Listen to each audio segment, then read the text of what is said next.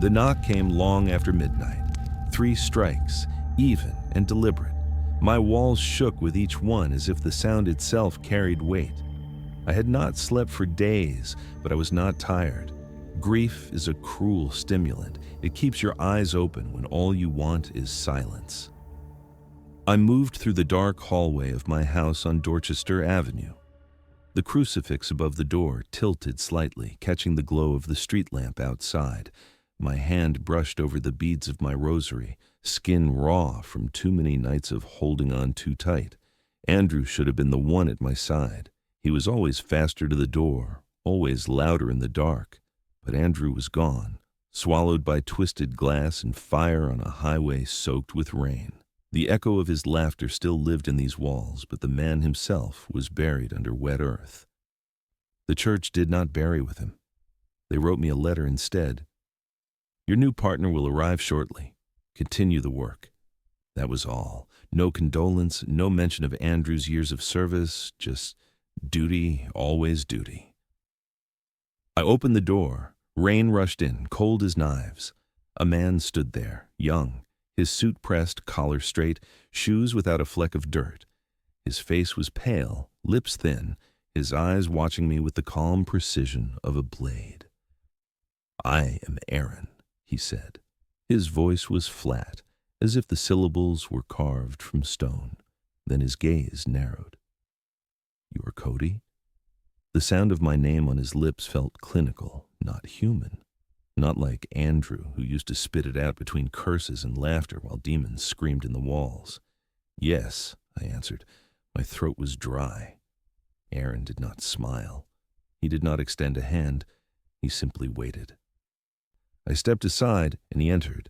His shoes tapped on my wooden floor like the slow ticking of a clock. He studied the candle on my table, the crucifix on the wall, the folded letter left untouched. His gaze lingered on each object, not with curiosity, but with calculation, as though he were already measuring what belonged and what did not.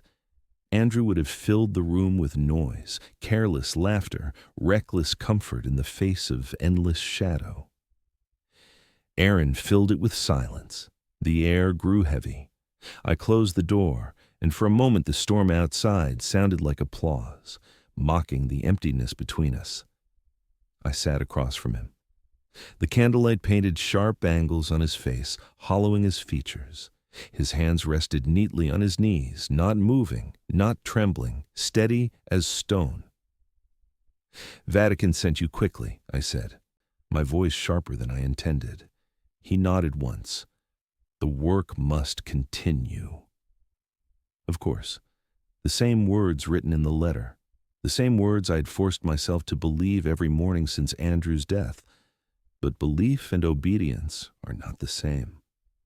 Aaron's presence carried something final, as if he was not here to stand beside me, but to measure me, to weigh me against rules carved in stone. His eyes never left mine, and I felt less like a partner meeting his counterpart and more like a prisoner being judged. The silence stretched. My house felt smaller, walls pressing closer. I lit another candle just to drive the shadows back, but they clung stubbornly, wrapping around Aaron like a cloak. Andrew used to joke that shadows followed us home because they liked his company. He made them sound harmless. But there was nothing harmless in the man sitting across from me. When he finally spoke, his words were the kind that leave no room for argument. Before we begin, you will follow the laws of exorcism as delivered from Vatican authority. You will not alter the order of prayer. You will not engage with spirits outside of ritual. And if you suspect any irregularity in me, you will report it at once. He reached into his coat, pulled out a folder sealed in red wax, and placed it on the table. The symbol of Vatican City glared up at me. My chest tightened. I did not need to open it. I knew what was inside: rules, boundaries, chains. Andrew never needed rules. We had our own rhythm, our own language in battle. He was fire, I was stone, and together we were unshakable. But now the church demanded obedience.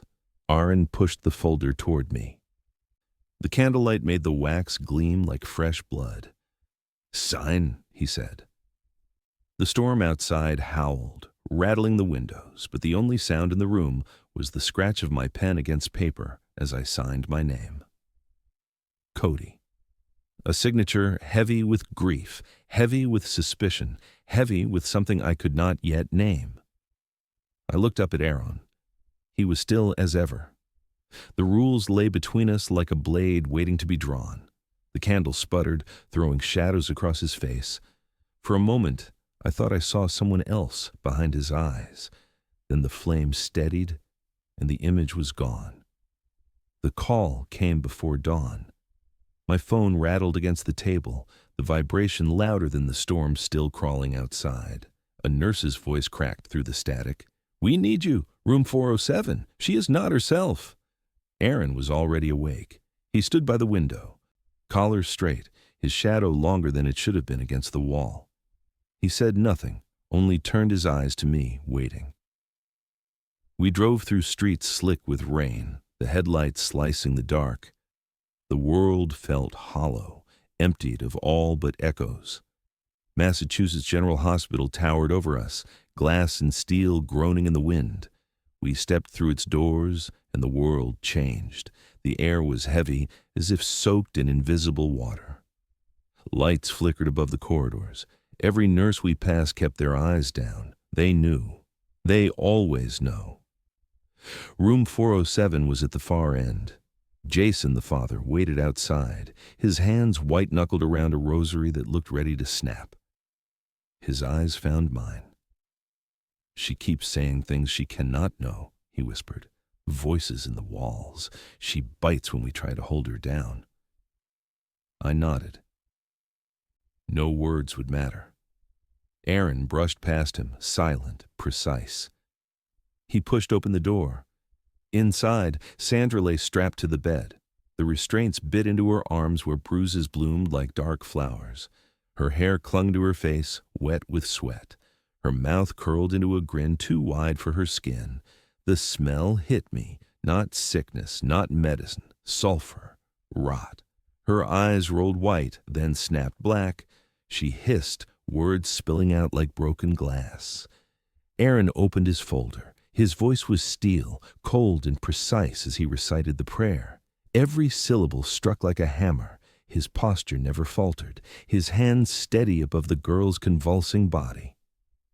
I joined, though my voice shook. The room answered. Lights burst, sparks raining. The bed rattled. Sandra screamed, then laughed, the sound jagged, inhuman. And then Aaron changed. His tone shifted mid-prayer, smooth and sharp. A crooked grin tugged at his mouth. "Come on, Cody, hold that crucifix higher. What are you doing, fanning her like a church lady in summer?" I froze. My stomach turned. That voice. Andrew. He laughed, wild and sudden, the kind of laugh that never belonged in a ritual but always kept me steady in the past. Sandra's body lurched, veins bulging, restraints tearing against the frame. Andrew, leaned in, eyes blazing. "Look at this one, Cody. She spits better than Father Gregory after communion wine. Careful, or you will need a raincoat." My pulse thundered. The words were absurd, ridiculous, but they cut through the terror like fire. That was Andrew's weapon. He barked the next line of scripture but then broke off to smirk. "Remember that time in Chicago? The old woman who threw her dentures at us? I swear they tried to bite me on the way down." I almost choked on the prayer. My crucifix trembled in my grip. Sandra shrieked, her back arching, the bed frame snapping against the floor. Windows cracked in a spiderweb shiver. Andrew's grin widened. "Come on, partner, focus, or she will crawl off this bed and invite us to prom." The laughter that burst out of him was reckless, too alive, too familiar. Then the prayer surged back, pouring from him in flawless rhythm, tearing through the room like fire. Sandra convulsed once more, then collapsed, chest heaving, eyes rolling white again. The air fell silent. Jason burst in, weeping with relief, clutching his daughter's hand. Nurses rushed to check her vitals. I turned to Aaron. The grin vanished. His voice dropped back into stone. "Case resolved," he said, closing the folder with a snap. No trace of Andrew, no laughter, just silence so rigid it pressed against my chest. I stared at him, the echo of those insane, ridiculous words still ringing in my ears. I looked back at Sandra. She was breathing, color returning to her face. Jason clung to her, crying prayers of thanks. But my hands trembled, not from victory. Andrew was in that room, not as a memory, not as a ghost in the walls. He was here, inside the man who now walked beside me. The rules I signed in red wax clawed at the back of my mind. Report irregularities, obey without question.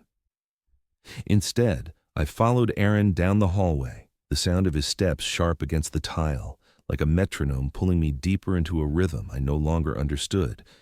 The air in the hospital tasted of ashes. The drive back was quiet. Too quiet. Rain tapped on the roof in nervous rhythm, wipers dragging across the windshield like knives against glass. My hands clenched the steering wheel until my knuckles burned. Beside me, Aaron sat straight as a blade. No smile, no grin, no trace of the madness that had just poured out of him in that hospital room. He kept his folder balanced on his lap as if nothing had happened. I wanted to speak, to demand answers, to rip the silence apart. But my tongue stayed heavy. When we reached my house, I killed the engine. The storm outside had slowed to a drizzle. I turned to him. "What happened back there?" My voice cracked more than I wanted. His eyes flicked to me, calm, flat. "The rite was performed, the spirit expelled, case resolved." I swallowed. "That was not all. You changed. You said things only one man could have known." Aaron blinked once as if processing an irrelevant detail. "I do not understand." The fury in me rose. "Andrew, you sounded like Andrew. The way you laughed, the way you—" He cut me off. "I do not know this name." His tone was final, carved from stone. No tremor, no hesitation. A wall slammed shut between us. I stared at him, heart hammering. The image of his grin replayed in my skull. The absurd jokes, the reckless fire. Andrew's fire. I had fought too many battles beside him to mistake it. "You told me to hold the crucifix higher," I whispered, almost to myself. "Just like you always did, even the way you mocked me." Aaron shifted in his seat, posture perfect, unflinching. "If I joked, it was to distract the entity, that is all." Lie. Cold and sharp. I could feel it. I wanted to tear the truth out of him, but his eyes held no opening. Just emptiness. He stepped out of the car, folder under his arm, coat collar sharp against the drizzle.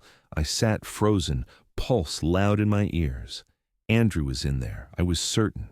The jokes, the memory of Chicago, the reckless laugh, those were not accidents.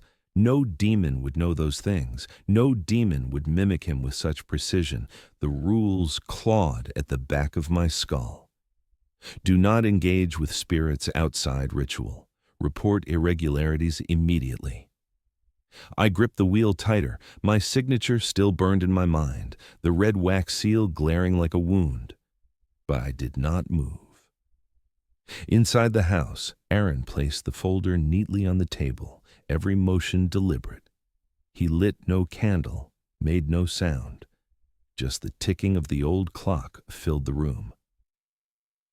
I watched him from the doorway. My chest tightened with each second of silence. The air felt heavy, stretched thin between us. The night stretched long. I lay awake, staring at the ceiling, the storm fading into distance. My mind replayed every word, every laugh, every impossible detail. The old woman with dentures in Chicago, the smoke that made me lose focus, memories only Andrew and I had carried. I pressed my palm against my chest, feeling the dull throb of my heart beneath bone. The rosary cut into my skin where I clutched it too tight. Andrew was here. Not a ghost in the walls, not a hallucination of grief.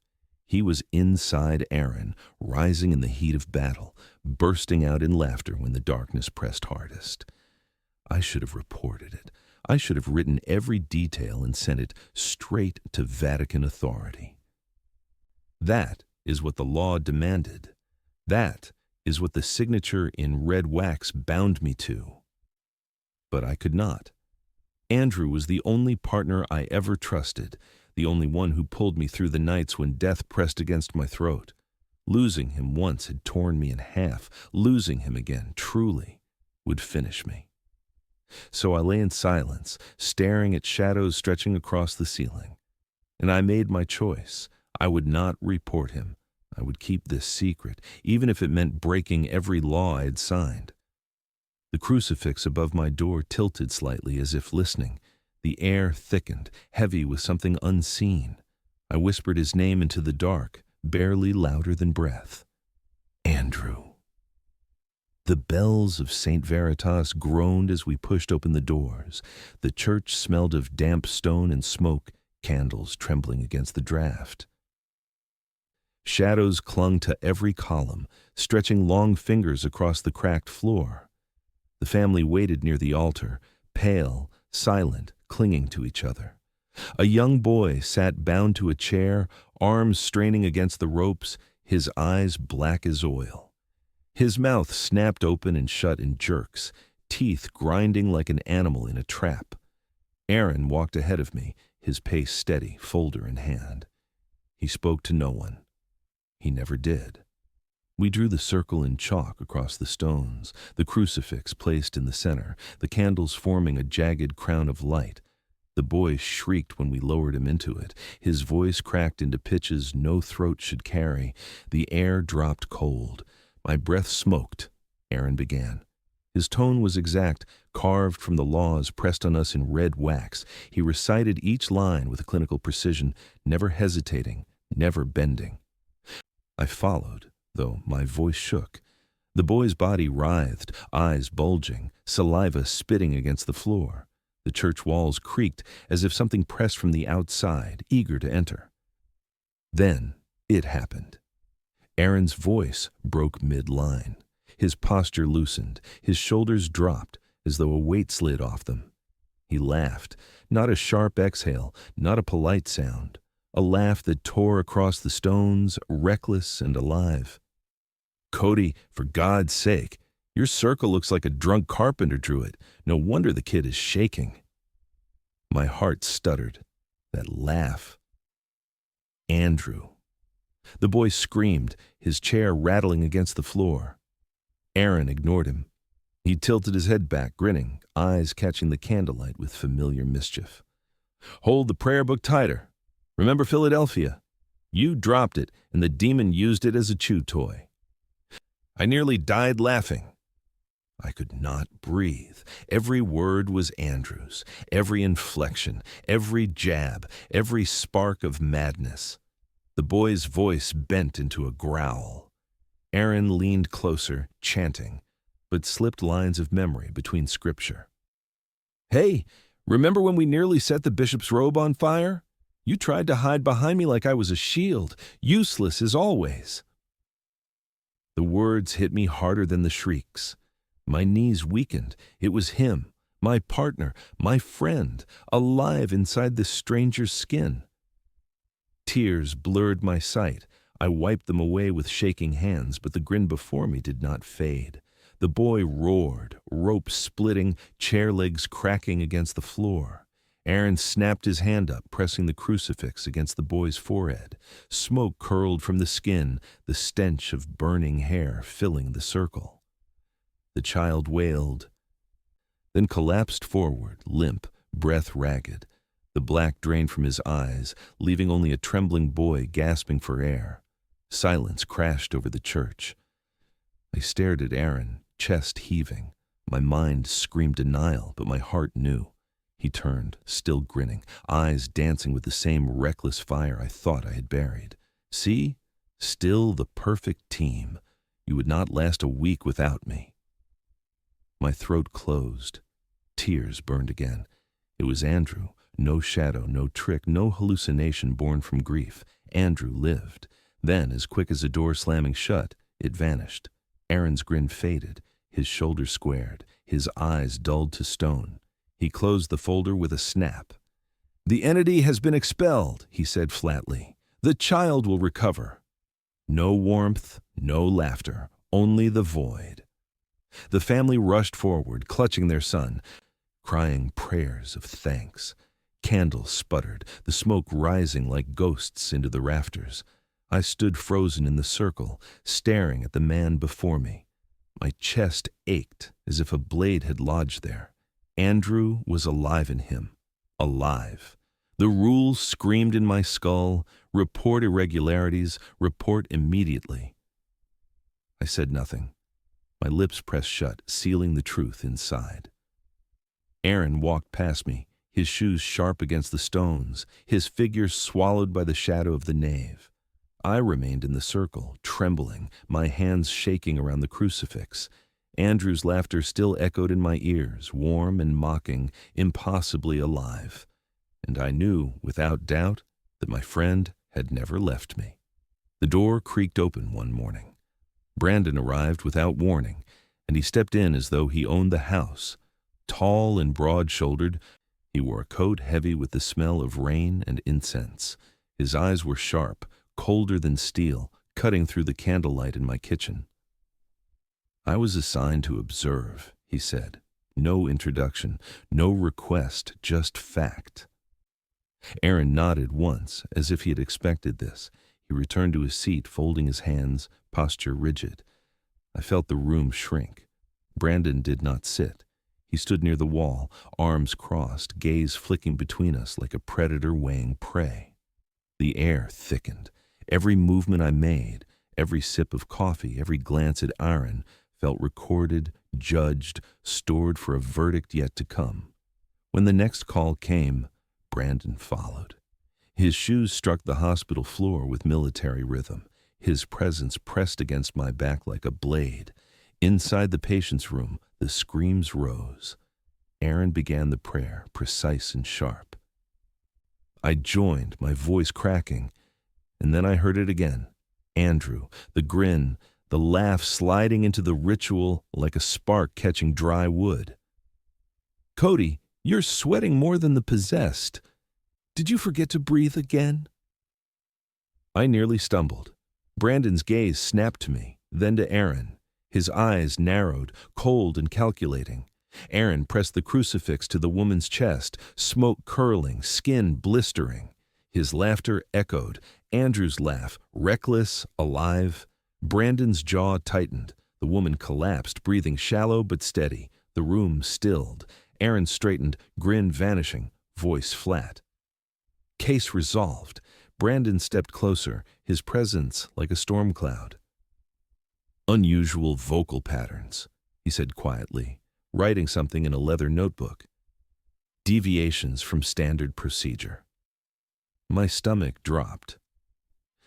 The next days blurred into a series of rites. Each time Brandon watched from the corner, arms folded, eyes unblinking.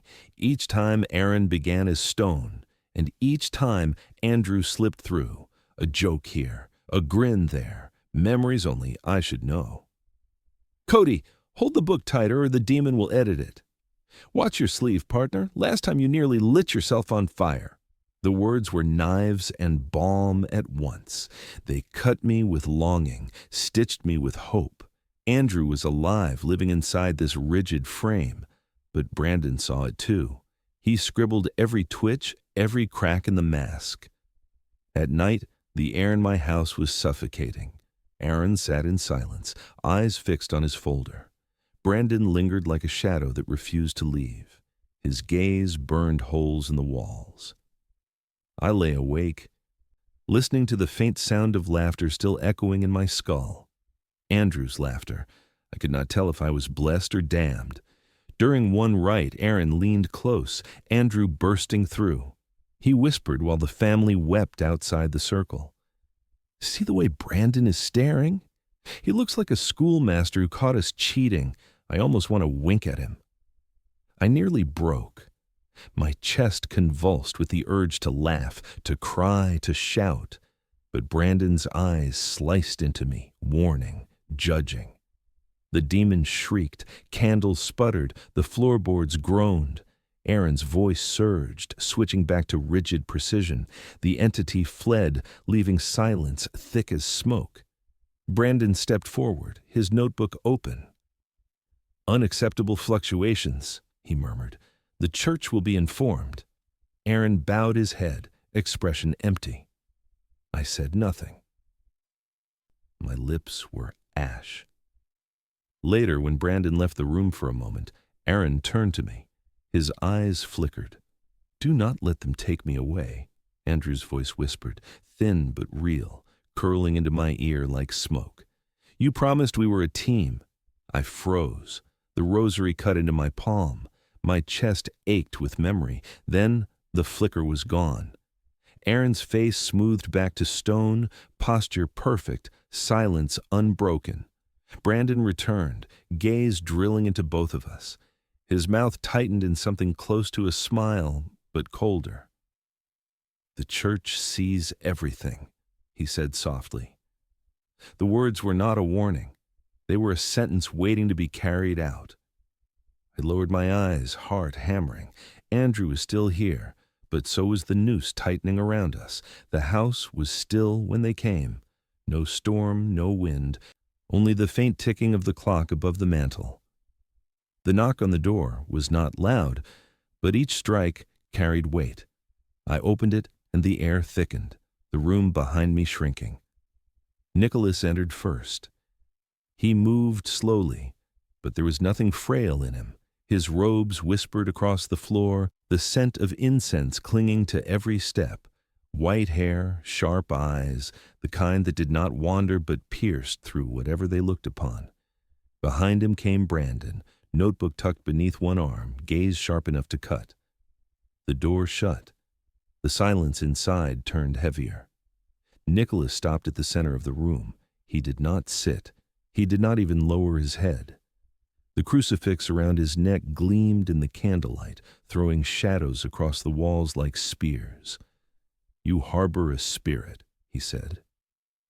The words cracked through the stillness like glass underfoot. "It hides in your partner. It must be expelled." My chest tightened. I turned to Aaron. He sat in his chair, posture rigid, folder balanced on his knees. For a moment I swore I saw the curve of a grin, quick and reckless, Andrew's grin. Then it vanished, his face stone once more. Nicholas's eyes never left me. They were not cruel, not even angry, but cold with finality. "The rite will be performed tomorrow." My mouth opened, words scraping my throat. "He has harmed no one, every spirit—" Nicholas raised a hand. I fell silent. Brandon shifted forward, his voice low, even. "If you resist, Cody, you will be judged alongside him. Unclean." The word sank into me like a blade. I thought of the rules signed in red wax, the weight of my name scratched across the paper. "Report irregularities. Obey without question." My gaze flicked back to Aaron. His eyes were fixed straight ahead, cold, obedient. But when the light shifted, I caught it again, the spark, the hint of life that was not his. "Andrew." My hands trembled. I pressed them into my knees until the wood beneath creaked. Nicholas moved closer. The air seemed to bend around him, as if even the house obeyed. The crucifix glinted again, light sliding across its edges like a blade drawn in warning. "You will strike him down," he said. His tone left no space for plea. "The spirit cannot remain." I swallowed hard, the taste of ash filling my mouth. Aaron lifted his head then, his lips parted, and a single word slipped through. "Cody." It was not Aaron's voice. The sound hollowed me, dragging my chest open like a wound. I gripped the chair, digging my nails into the wood, holding myself upright as my pulse thundered. Nicholas turned toward the door. The hem of his robe whispered against the floor as he moved. Brandon followed, but paused long enough to glance back. His eyes narrowed. His voice was soft, almost gentle. "Do not falter, or you burn with him." Then they were gone. The door shut behind them, and the silence that followed was worse than their presence. I sat there, breath ragged, heart breaking itself against my ribs. Aaron had not moved. He looked straight ahead, cold, precise, the obedient partner Vatican demanded, but in the unsteady light I saw it. The flicker at the corner of his mouth, the ghost of a grin too alive, too familiar. Andrew was still here. Tomorrow they would make me destroy him. Tomorrow I would have to choose. The bells of Santa Veritas tolled low, groaning like iron dragged across stone. The nave was stripped bare, pews pushed aside, leaving only the cold floor marked with a circle of chalk. Candles ringed it in uneven light, their flames twitching under a wind that did not come from the doors. Aaron stood in the center, wrists bound with rope blackened by ash. His head was lowered, face unreadable. But when the light flickered, I saw it, the faint curl of a grin. Andrew lived behind his eyes. Nicholas raised his crucifix, voice steady. The rite begins. The doors locked behind us with a slam that shook the glass. Brandon stood near the entrance, notebook shut, arms folded, gaze sharp. He would record every breath, every tremor. I stepped forward, my stomach twisting, my hand tight around the rosary. My place was inside the circle, beside Nicholas, speaking the words that would drive Andrew out. I could not breathe. The first prayers filled the space, Nicholas's voice booming like thunder, the candles bent outward, their flames stretching like spears. The stones trembled. Aaron's body convulsed, head snapping back, eyes burning with black fire. Then he screamed my name. "Cody!" Not Aaron, Andrew. His voice tore through me, splitting me open. "We swore!" he roared, struggling against the ropes. "We swore never to leave each other. You promised me!" The circle cracked beneath him, chalk splitting like dried bone. My knees buckled. Nicholas's hand seized my shoulder, steadying me, forcing me to stand. His eyes never wavered. "Read." My lips parted. The words of scripture stuck in my throat. Andrew's voice cut through again, wild, furious, desperate. "You will not betray me, not again. I pulled you through every night you thought you would die. Every time you faltered, I carried you. You live because of me." The candles exploded, wax raining across the stones. A statue of the Virgin split from crown to feet, shards scattering like knives. Nicholas raised his crucifix higher, the light burning gold. Shadows screamed along the walls, stretching into clawed shapes. "Read!" His command slammed into me. My heart pounded, my throat tightened. I looked at Aaron, no, Andrew, thrashing in the ropes, blood dripping where the cords bit his wrists. His eyes locked to mine, glowing, alive. "Do not do this," he begged now, voice breaking. "Cody, I am here. I am with you. You know me." The crucifix in my hand burned. My fingers trembled, smoke curling from my palm. The floor shook harder. A wooden cross high above the altar cracked. One arm splintering, falling with a crash that sent sparks into the air. Light burst through the stained glass, fractured into jagged shards of red and gold, scattering across us like fire. Nicholas's voice rose louder, scripture pouring like molten iron. Brandon shouted from the doorway, words drowned in the roar of unseen wind. Andrew fought against the ropes, every vein straining. His laugh broke free between screams, wild, reckless. Nicholas shoved the prayer book against my chest. "Now?" I looked down at the pages, the words blurred through tears. My lips trembled. Andrew's voice cracked again, softer now, pleading, "Please, I do not want to die, not by your hand." The circle flared white, searing my eyes. Shadows writhed like serpents. Statues toppled. The air split with the sound of stone breaking, light and darkness colliding in violent waves. I lifted my voice.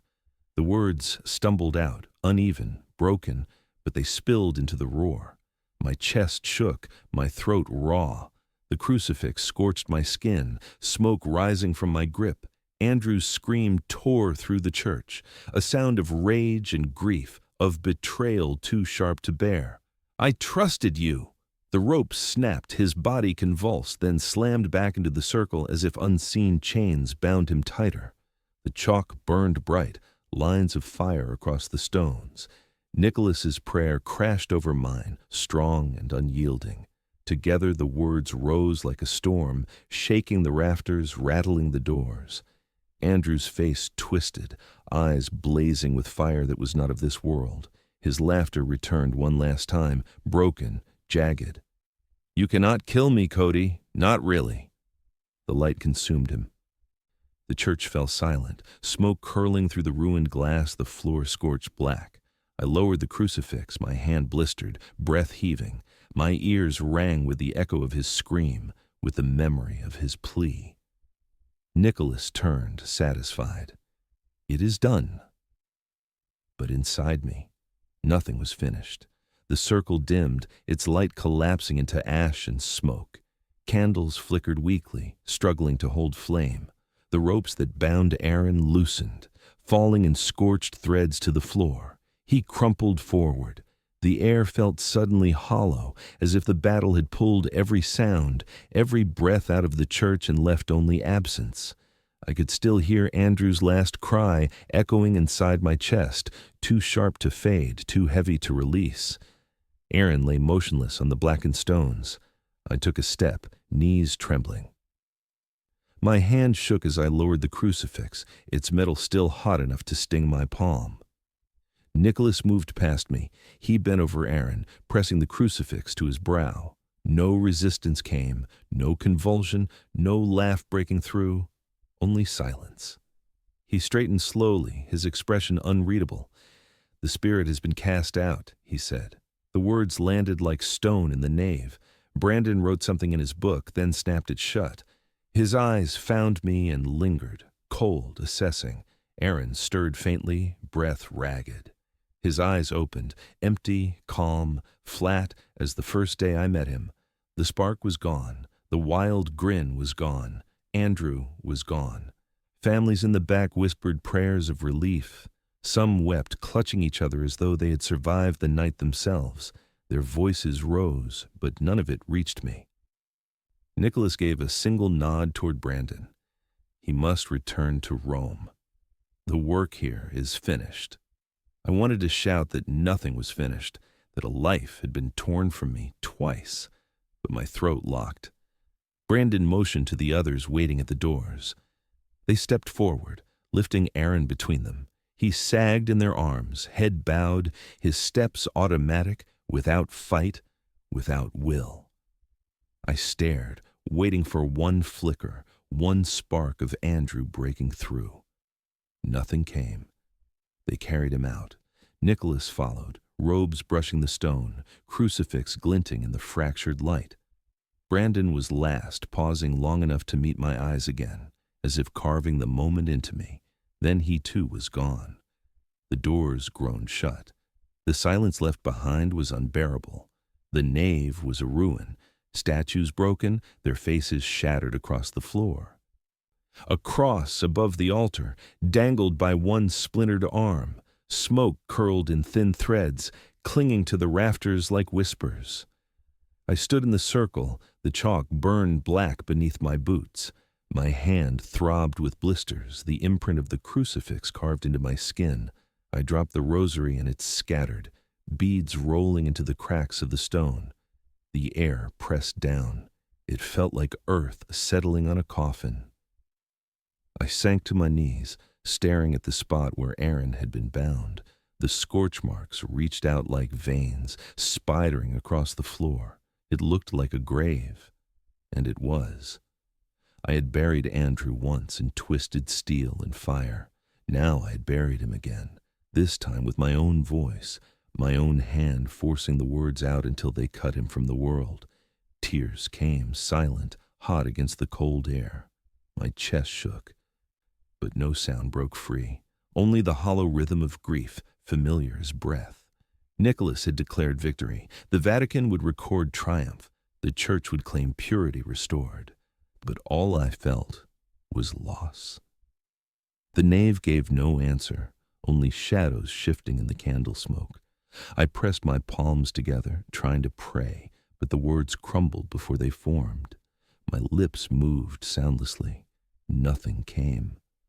I stayed there long after they left, the ruin of St. Veritas pressing down on me, alone with silence, alone with absence, and it felt like I had buried my friend a second time.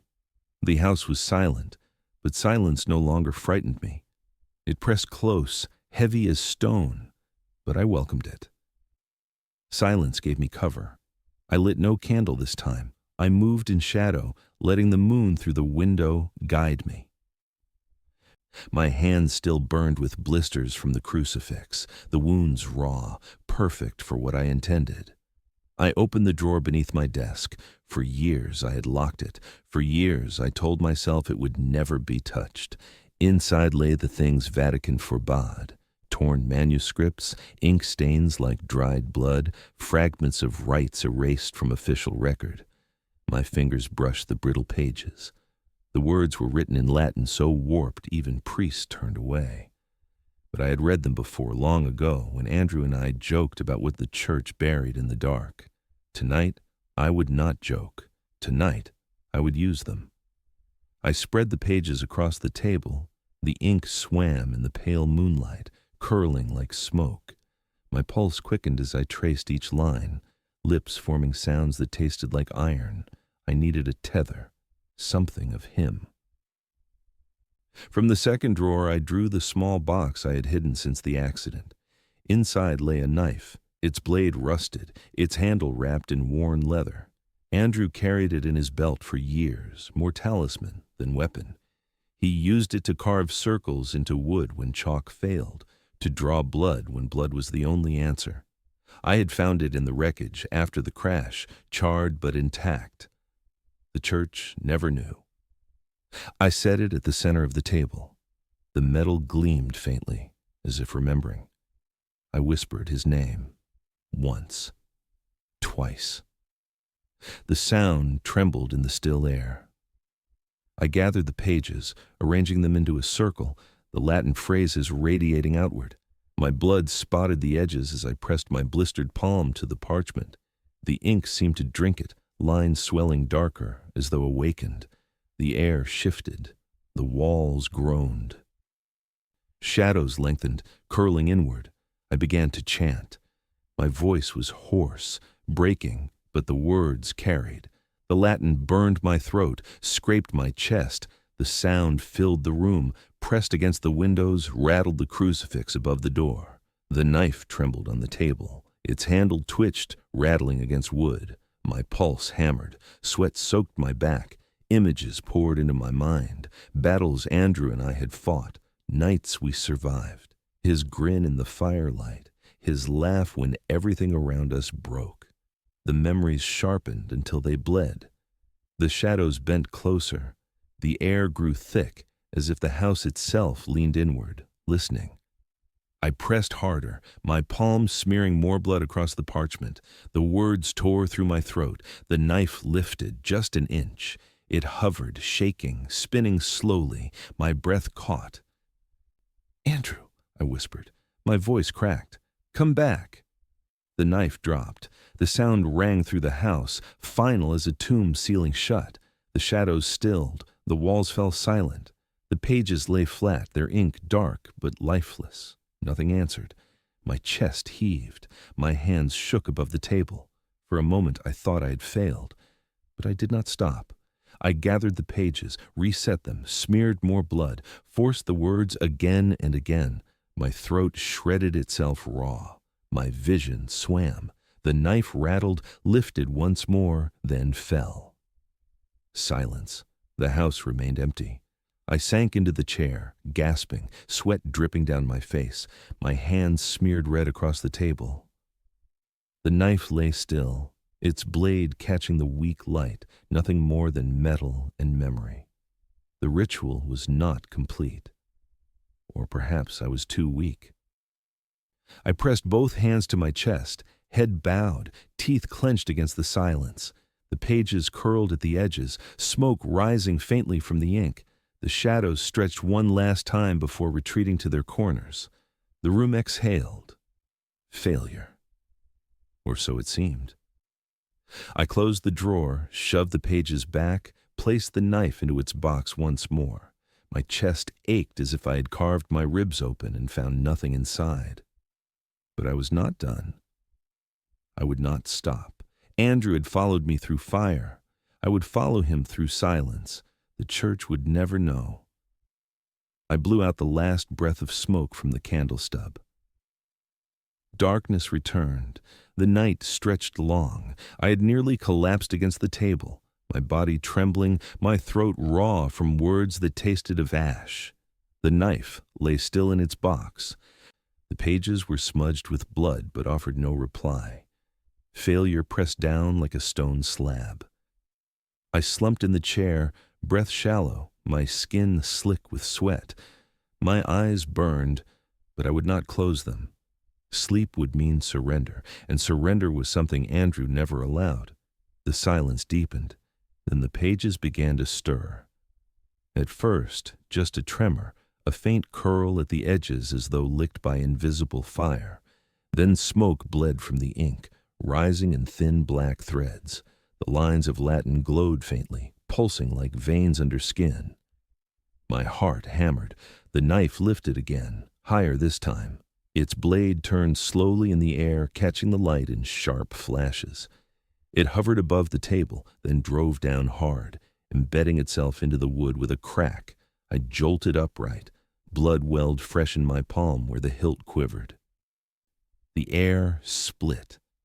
A sound rolled through the room, low at first like thunder far away, then louder, cracking the plaster, rattling the crucifix on the wall. Shadows twisted, stretching long arms across the ceiling. My chest seized as the pressure bore down, crushing, suffocating. The candle flared. A gust of air burst through, whipping the pages into a storm, their edges slashing across my skin.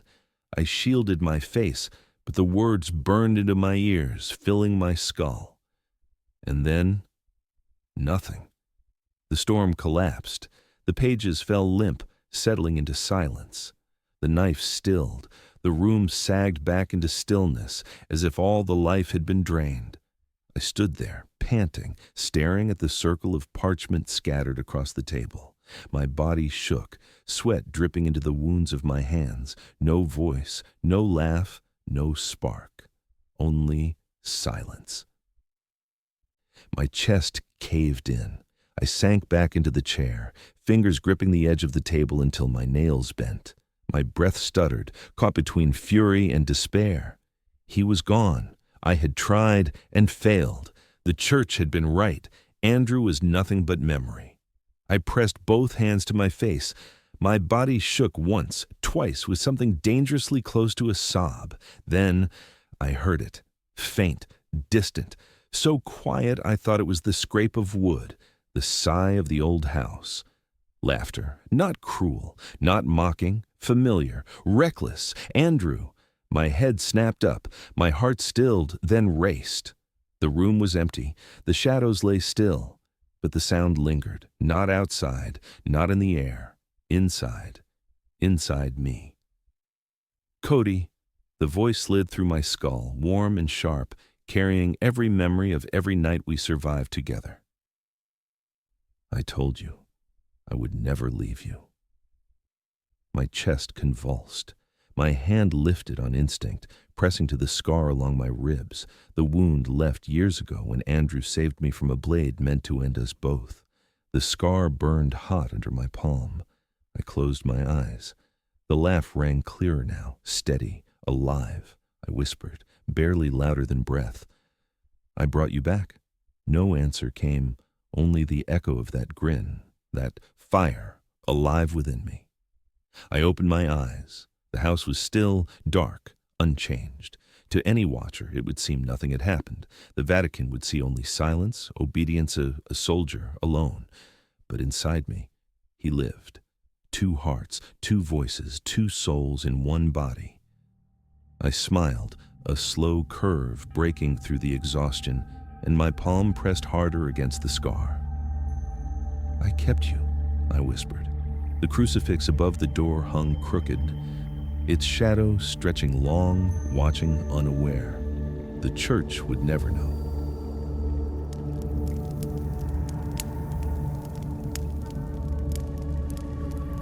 I brought you back.